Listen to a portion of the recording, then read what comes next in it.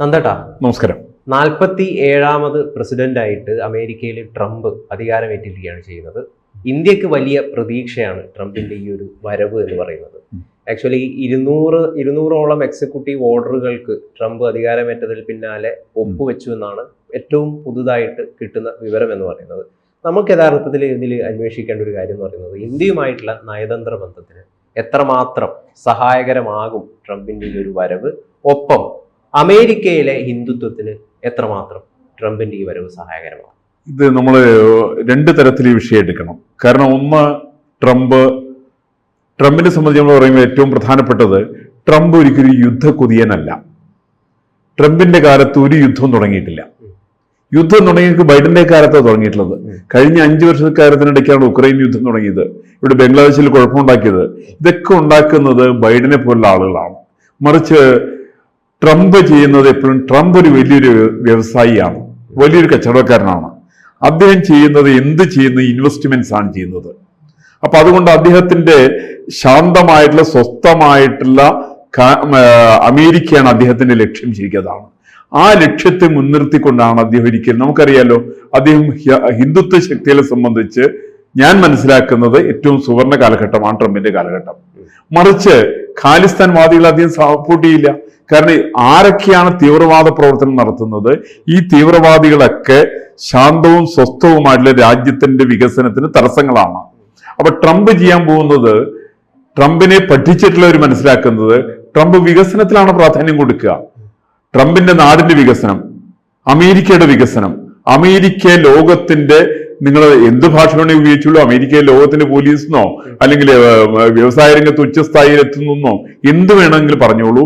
ട്രംപിന്റെ ലക്ഷ്യം പ്രധാനമായിട്ട് ലോകത്തെ അമേരിക്കയുടെ സാമ്പത്തിക സാംസ്കാരിക മേഖലയുടെ ചൊൽപ്പിടിക്ക് നിർത്തുക എന്നുള്ളതാണ് ട്രംപിന്റെ ലക്ഷ്യം. അപ്പൊ അതുകൊണ്ട് ട്രംപ് അങ്ങനെ തന്നെ ചെയ്യാം. ട്രംപ് ഹിന്ദുത്വ ശക്തികളെ ഒരു കാരണവശാലും വെറുപ്പിക്കാൻ സാധ്യമല്ല. കാരണം ഹിന്ദുത്വ ശക്തികള് ഒരിക്കലും അമേരിക്കയിലും സംഘർഷത്തിന് പോകാറില്ല, അത് ഇന്ത്യയിലും സംഘർഷത്തിന് പോകാറില്ല. അപ്പൊ അത്തരത്തില് സംഘർഷത്തിന് പോകാത്ത ശാന്തമായിട്ടുള്ള സ്വഭാവമുള്ള ഏത് വിഭാഗത്തെയും കൂടെ ചേർക്കുന്ന പ്രവർത്തനമാണ് ട്രംപ് അനുവർത്തിക്കാൻ വേണ്ടി പോകുന്നതെന്നാണ് ഞാൻ മനസ്സിലാക്കിയത്. ഇപ്പൊ ട്രംപ് ഏകദേശം ഒരു 200ഓളം ഉടമ്പടികൾ ഒപ്പിട്ടിട്ടുണ്ട്. ഈ ഉടമ്പടികൾ ഒക്കെ നോക്കിയാല് ചില നമുക്ക് വേണമെങ്കിൽ നമുക്ക് താല്പര്യമില്ലാത്തതെന്ന് പറയാം. ഉദാഹരണത്തിന് പാരീസ് ഉടമ്പടി. പക്ഷേ അത് ട്രംപിന് താല്പര്യമുണ്ട്. കാരണം ട്രംപ് ചിന്തിക്കുന്നത് ട്രംപിന്റെ വ്യവസായത്തിന് അത് ഗുണകരമാണ്. മറിച്ച് ഇന്ത്യയെ സംബന്ധിച്ച് അങ്ങനെയല്ല. കാരണം ഇന്ത്യ ഭരിക്കുന്ന നരേന്ദ്രമോദിയുടെ ലക്ഷ്യം കേവലം വ്യവസായം മാത്രമല്ല. അദ്ദേഹത്തിന്റെ ടാർഗറ്റ് പ്രധാനമായിട്ട് ഇന്ത്യയിലെ ജനങ്ങളാണ്. 140 കോടി ജനങ്ങൾ അധിവസിക്കുന്ന ഭൂമിയാണ് ഭാരതം. എക്കോളജിയും എക്കോണമിയും കൂടി ചേർത്തുകൊണ്ട് മാത്രമേ ഒരു ഇന്ത്യയിലെ ഭരണാധികാരിക്ക് മുമ്പോട്ട് പോകാൻ സാധിക്കുള്ളൂ. അതല്ലെങ്കിൽ അത്രയും വിവരമില്ലാത്ത ഭരണാധികാരി ആയിരിക്കണം. അപ്പൊ മറിച്ച് നരേന്ദ്രമോദിയെ സംബന്ധിച്ച് ട്രംപ് എന്ത് ചെയ്യുന്നു നരേന്ദ്രമോദിക്ക് വിഷയമേ അല്ല. നരേന്ദ്രമോദി പ്രാധാന്യം കൊടുക്കുന്നത്, ഫസ്റ്റ് പ്രയോറിറ്റി കൊടുക്കുന്നത് ഇന്ത്യക്കാണ് പ്രാധാന്യം കൊടുക്കുക. അതുകൊണ്ട് പാരീസ് ഉടമ്പടിയിൽ ഇന്ത്യ നിലനിൽക്കുകയും ചെയ്യും, ഒരുപക്ഷെ അമേരിക്ക വിടുകയും ചെയ്യാം. കാരണം അമേരിക്കയുടെ താല്പര്യം, അമേരിക്കയുടെ വികസനമാണ് ട്രംപിന്റെ താല്പര്യം. അതിനകത്ത് അദ്ദേഹത്തിന് അവിടെ വ്യവസായ സ്ഥാപനങ്ങൾ വേണം. അത് വലിയൊരു ഭൂവിസ്തൃതി ഉള്ള സ്ഥലമാണത്. അവിടെ ധാരാളം വ്യവസായ സ്ഥാപനങ്ങൾ വരാൻ സാധ്യതയുണ്ട്. ധാരാളം പണം അവരെ സംബന്ധിച്ചുണ്ട്. ഡോളറിന് വലിയ പ്രാധാന്യമുണ്ട്. നോട്ട് സ്വന്തമായിട്ട് അച്ചടിക്കുന്ന ആളുകളാണ്. ആ ഡോളർ സ്വന്തമായിട്ട് അച്ചടിച്ചിട്ട് വിതരണം ചെയ്യാനായിട്ടുള്ള കെൽപ്പുള്ള ആളുകളാണ്. വേണ്ടത്ര ആയുധ ശേഖരം അവരെ സംബന്ധിച്ചുണ്ട്.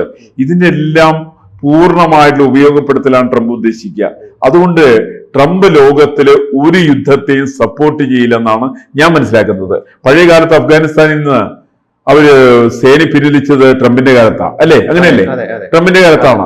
അപ്പൊ ട്രംപ് ഇനി അഫ്ഗാനിസ്ഥാനിലേക്ക് സേന അയക്കില്ല, ഉക്രൈനെ സഹായിക്കാൻ. മൊത്തത്തില് ട്രംപ് സഹായകരമാവില്ലെങ്കിലും മൊത്തത്തിൽ അമേരിക്കക്ക് യുദ്ധത്തെ അനുകൂലിക്കുന്ന ഒരു നിലപാടാണ് ഉള്ളതെന്നുള്ള ഒരു സംസാരമുണ്ട്. അതെങ്ങനെയുണ്ട്? അതിന് കാരണം എന്താണെന്ന് വെച്ചിട്ടുണ്ടെങ്കിൽ, ഏറ്റവും വലിയ ആയുധ കമ്പനികള് അമേരിക്കയാണ്. അമേരിക്കയുടെ ആയുധങ്ങൾ വിൽക്കേണ്ടത് അവർക്ക് ആവശ്യമാണ്. അങ്ങനെ ആയുധങ്ങൾ വിൽക്കണമെങ്കിൽ എന്ത് വേണം? 2 രാജ്യങ്ങൾ തമ്മിൽ യുദ്ധം വേണം. നമ്മളെ ഇവിടുത്തെ കമ്മ്യൂണിസ്റ്റുകാർ പറയുന്ന പോലെ അതുപോലെ തന്നെയാണ് അമേരിക്ക ലോകത്തിന്റെ വിഷമാണ്. അതെ, അതിപ്പോ ഈ കമ്മ്യൂണിസം പോലെ തന്നെയാണത്. കമ്മ്യൂണിസം എന്ന് പറഞ്ഞാൽ ദാരിദ്ര്യം ഉണ്ടെങ്കിൽ മാത്രമാണ് കമ്മ്യൂണിസം ഉണ്ടാവുക. അതേപോലെ തന്നെ അമേരിക്കയും, അതായത് ക്യാപിറ്റലിസവും കമ്മ്യൂണിസവും ഈ ഒരേ നാണയത്തിന്റെ 2 വശങ്ങളാണ്. ഈ 2 വശങ്ങളും ശരിക്ക് ആത്യന്തികമായിട്ട് ലോകത്തിന് ഗുണകരമല്ല. ഗുണകരമല്ല.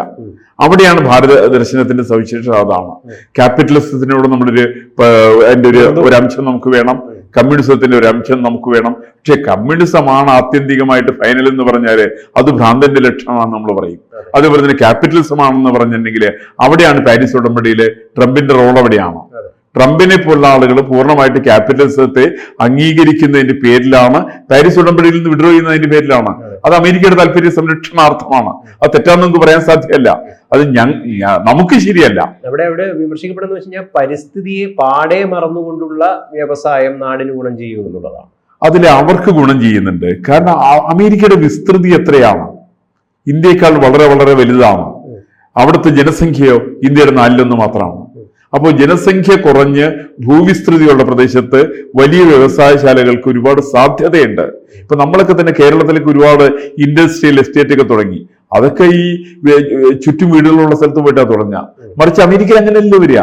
അമേരിക്കയിൽ ഏക്കർ കണക്കിനല്ല, കിലോമീറ്റർ കണക്കിന് സ്ഥലം വളരെ തരിശായിട്ട് കിടക്കുന്നുണ്ട്. ആ സ്ഥലത്ത് പുതിയ വ്യവസായ സ്ഥാപനങ്ങൾ വരുന്നു. അത് വരുന്നോണ്ട് തെറ്റൊന്നും ഉണ്ടാവില്ല. അത് അമേരിക്കക്കാർക്ക് പ്രശ്നം ഉണ്ടാവില്ല. അവർ വികസനത്തിന് ആവശ്യമാണ്. അവിടെ പുതിയ ആൾക്ക് തൊഴിലിന് സാധ്യതകൾ അവിടെ വർദ്ധിക്കും. ഇതൊക്കെ പരമാവധി ഉപയോഗപ്പെടുത്തുന്ന ആളാണ് ട്രംപ്. മറ്റൊരു ഇന്ത്യയുമായിട്ട് ഇന്ത്യക്ക് ചെറിയ ഏതെങ്കിലും രീതിയിൽ ഒരു പ്രശ്നം ഉണ്ടാക്കുന്ന ഒരു കാര്യം എന്താണെന്ന് വെച്ച് കഴിഞ്ഞാൽ ഈ അഭയാർത്ഥികളുമായി ബന്ധപ്പെട്ടിട്ടുള്ള ട്രംപിന്റെ നിലപാടാണ്. അതായത് ഇല്ലീഗലായിട്ട് അമേരിക്കയിലുള്ള അഭയാർത്ഥികളെ പറഞ്ഞയക്കുമെന്നുള്ളൊരു കാര്യം. അതായത് ചരിത്രത്തിലെ പറഞ്ഞയക്കണം എന്നാണ് എന്റെ അഭിപ്രായം. കാരണം ഇല്ലീഗലായിട്ട് കടന്നു വരുന്നവരെ എവിടെ വന്നാലും, അത് ഇവിടെ നിന്ന് ഇന്ത്യക്കാർ അമേരിക്കയിലേക്ക് പോയാലും, ഇന്ത്യക്കാർ കനഡയിലേക്ക് പോയാലും, UK പോയാലും, അല്ലെങ്കിൽ ബംഗ്ലാദേശികൾ ഭാരതത്തിലേക്ക് വന്നാലും, പാകിസ്ഥാനികൾ ഭാരതത്തിലേക്ക് വന്നാലും, ഈ അനധികൃതമായിട്ടുള്ള കുടിയേറ്റം നല്ലതാണോ?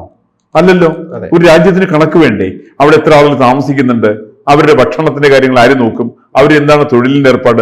അവരൊക്കെ മയക്കുമരുന്ന് കച്ചവടക്കാരാണോ? ഇതൊക്കെ അതാ നാട്ടുകാർ ചിന്തിക്കേണ്ടതല്ലേ? ഇപ്പൊ നമ്മൾ കേരളത്തിൽ ചിന്തിക്കുന്നില്ലെന്നേ ഉള്ളൂ. കേരളത്തിൽ 50 ലക്ഷം പേര് പുറത്തുനിന്ന് വന്നിടന്ന് താമസിക്കുന്നുണ്ട്. ഒരു കണക്കും കേരള സർക്കാരിന്റെ കയ്യിൽ ഈശ്വരാധീനം കൊണ്ടില്ല. മറിച്ച് ഈ കണക്ക് വേണമെന്നാണ് ട്രംപ് പറയുന്നത്. നിങ്ങൾ അമേരിക്കയിലേക്ക് വരുന്ന ആളുകള് കുടിയേറ്റക്കാരായിട്ട് വരരുത്, കൃത്യമായിട്ടുള്ള കണക്കുകൾ വേണം. ആ കണക്കില്ലാത്തൊരു പുള്ളി മടക്കി അയക്കണം.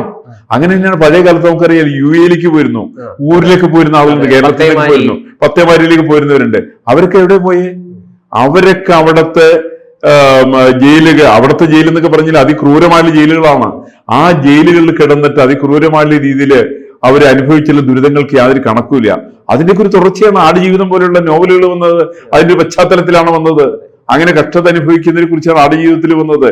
ഇതൊക്കെ വരാൻ കാരണം അനധികൃതമായിട്ടുള്ള കുടിയേറ്റങ്ങൾ ആര് നടത്തുന്നതും അംഗീകരിക്കുന്നതും നല്ലതല്ല. അത് ട്രംപ് എടുക്കുന്ന തീരുമാനത്തെ നിങ്ങൾക്ക് ശരിയെന്നോ തെറ്റെന്നോ എന്ത് വേണമെങ്കിലും പറയാം. ഇന്ത്യക്കാരെ പറഞ്ഞയക്കുന്നതും അനധികൃതമായി വന്നിട്ടുണ്ടെങ്കിൽ അവരെ പറഞ്ഞയക്കുന്നതും ശരിയാണ്. അത് ശരിയാണ്. ഒരു കാരണവശാലും അനധികൃതമായിട്ടുള്ള ഒരാളെ ഇപ്പൊ നിങ്ങൾ അവിടെ പോയിട്ട് അവർക്ക് എന്തെങ്കിലും അത്യാഹിതം സംഭവിച്ചു എന്നിരിക്കട്ടെ, ഈ അനധികൃത കുടിയേറ്റക്കാരനായിരിക്കുന്ന ആൾക്ക് സംഭവിക്കുന്ന അത്യാഹിതത്തിന് ആരാണ് കണക്ക് പറയുക? അമേരിക്ക സർക്കാർ പറയോ? പറയില്ലല്ലോ.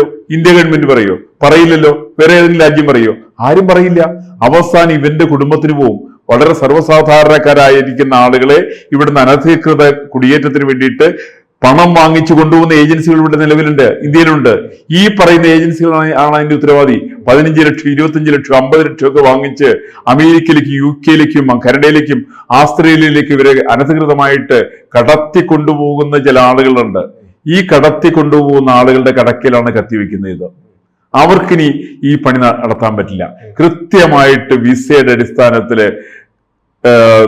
സർക്കാരുകൾ അറിഞ്ഞുകൊണ്ട് നടത്തുന്ന കുടിയേറ്റത്തെ ട്രംപും സ്വാഗതം ചെയ്യുന്നുണ്ട്. അത് തന്നെയാണ് നമുക്ക് നമ്മുടെ നാട്ടിനും ഭൂഷണം എന്നാണ് എന്റെ വിശ്വാസം. ശരിക്കതാണ്. ഇസ്ലാമിക രാജ്യങ്ങൾക്ക് ട്രംപിന്റെ ഈ അധികാരം ഏതെങ്കിലും രീതിയിൽ വിനയായി തീരും? അല്ല, ഇസ്ലാമിക രാജ്യങ്ങളെ സംബന്ധിച്ച് ഇസ്ലാമിക രാജ്യങ്ങൾക്ക് ബാധിക്കുന്നില്ല. സത്യത്തില് ഇസ്ലാമിക തീവ്രവാദികൾക്കാണ് ബാധിക്കുക. നിങ്ങൾ ഇസ്ലാമിക രാജ്യങ്ങൾ എന്ന് പറഞ്ഞാലാണ് സൗദി ഇസ്ലാമിക രാജ്യമാണ്, മിഡിൽ ഈസ്റ്റിലെ വേറെ രാജ്യങ്ങളും ഇസ്ലാമിക രാജ്യങ്ങളാണ്. അവരാരും തീവ്രവാദത്തിന് പോകുന്നില്ലല്ലോ. ആ നാട്ടിൽ നിന്ന് പോകുന്ന സൗദി അറേബ്യയിൽ നിന്നാണ് പലരും പോയിട്ടുള്ളത്. ഗോട്ടിയാമലയിൽ കിടക്കുന്നവരെ അവരൊക്കെയാണ്. ഈ പറയുന്ന ആളുകളാണ് തീവ്രവാദത്തിന് പോകുന്നത്. അവരെ ബാധിക്കുകയുള്ളൂ. തീവ്രവാദികളെ പ്രോത്സാഹിപ്പിക്കില്ല ട്രംപ്. അതിന്റെ കടക്കിൽ കത്തിവെക്കുന്ന പ്രവർത്തനമാണ്. ഇസ്ലാമിസ്റ്റുകൾക്ക് ഇനി വരുന്ന കാലങ്ങൾ എന്ന് പറയുന്നത് വളരെ കഠിനമായിരിക്കും. കാരണം ഇന്ത്യയിൽ മോദിയുണ്ട്, ഇസ്രായേലില് നെതന്യാഹു ഉണ്ട്, ഇപ്പം ട്രംപും ഉണ്ട്. അപ്പൊ ഈ 3 അധികാരികളും യഥാർത്ഥത്തിൽ ഇസ്ലാമിസ്റ്റുകൾക്കെതിരാണ്. കൃത്യമായിട്ട് ഇസ്ലാമിസ്റ്റുകളെ പിന്താങ്ങുന്ന ചിലർക്കാണ് പ്രശ്നമുള്ളത്. അവരുടെ ചില കാര്യങ്ങളൊക്കെ പണം പറ്റിക്കൊണ്ട് ജീവിക്കുന്ന ചില ആളുകളുണ്ട്, അവർക്ക് വേണ്ടി വാദിക്കുന്ന ചില ആളുകളുണ്ട്. ഈ വാദിക്കുന്ന ആളുകളുടെ പ്രശ്നമുള്ളൂ. ഇസ്ലാമിക രാജ്യങ്ങളെ സംബന്ധിച്ച് ഇത് ഒട്ടും ബാധകമല്ല. ഇപ്പൊ നിങ്ങൾ പറയാലോ, ഹമാസിന്റെ യുദ്ധം ഉണ്ടായി, സൗദി അറേബ്യക്ക് എന്താ പ്രശ്നം? അവർക്കൊരു പ്രശ്നമില്ല. ദുബായിക്ക് എന്താ പ്രശ്നം? അബുദാബിക്ക് എന്താ പ്രശ്നം? ഒമാൻ എന്താ പ്രശ്നം? അവർക്കാർക്കും പ്രശ്നമില്ലല്ലോ. പ്രശ്നം ആർക്കാണ്? കേരളത്തിലെ ചില സോക്കോൾഡ് ബുദ്ധിജീവികൾക്കാണ് പ്രശ്നം. കേരളത്തിലെ ചില തീവ്രവാദികളായിരിക്കുന്ന ആളുകൾക്കാണ് പ്രശ്നം. അല്ലാത്ത ഒരാൾക്ക് ഇതൊന്നും ഒരു പ്രശ്നമല്ല. ഇപ്പൊ അതിപ്പോ ട്രംപ് വന്നാലും അങ്ങനെ തന്നെയാണ്. ട്രംപ് വന്നാലും സാധാരണ മുസ്ലിമിനെ സംബന്ധിച്ച് അവരെ ബാധിക്കുന്ന വിഷയമല്ല, ഇസ്ലാമിക രാജ്യങ്ങളെ ബാധിക്കുന്ന പ്രശ്നമല്ല. പക്ഷെ സോക്കോൾഡ്, ഞാൻ ആ സോക്കോൾഡിന് അടിവരയിട്ട് പറയാണ്, സോക്കോൾഡ് ഇസ്ലാമിസ്റ്റുകളുടെ പ്രശ്നമാണ് ശരിക്ക്. അവർ തീവ്രവാദ ഗ്രൂപ്പുകളെ സപ്പോർട്ട് ചെയ്യുന്നവരാണ്, ലോകമെമ്പാടും കലുഷിതമാക്കുന്ന കാര്യത്തിൽ വലിയ ശ്രദ്ധ കൊടുക്കുന്നവരാണ്. പാകിസ്ഥാനിൽ നിന്ന് തീവ്രവാദികൾ ഇന്ത്യയിലേക്ക് വരണമെന്ന് ആഗ്രഹിക്കുന്നവരാണ്, ബംഗ്ലാദേശിൽ നിന്ന് തീവ്രവാദികൾ ഇന്ത്യയിലേക്ക് വരണമെന്ന് ആഗ്രഹിക്കുന്നവരാണ്. അവരാണ് സിഎയുടെ പേരിൽ സമരം ഇന്ത്യയിൽ നടത്തിയിട്ടുള്ള ആളുകൾ. ഈ തരത്തിൽപ്പെട്ട ആളുകളേക്ക് ഇത് ബാധിക്കും എന്നുള്ള കാര്യത്തിൽ സംശയമില്ല. അവർക്ക് അതിന്റെ വേവലാതി ഉണ്ടാവുകയും ചെയ്യും. പിന്നെ സർവ്വസാധാരണക്കാരായിട്ടുള്ള മുസ്ലിമിനെ സംബന്ധിച്ച് ഇത് അവരെ തീരെ ബാധിക്കുന്ന വിഷയമല്ല. അപ്പം നന്ദി, നമസ്കാരം.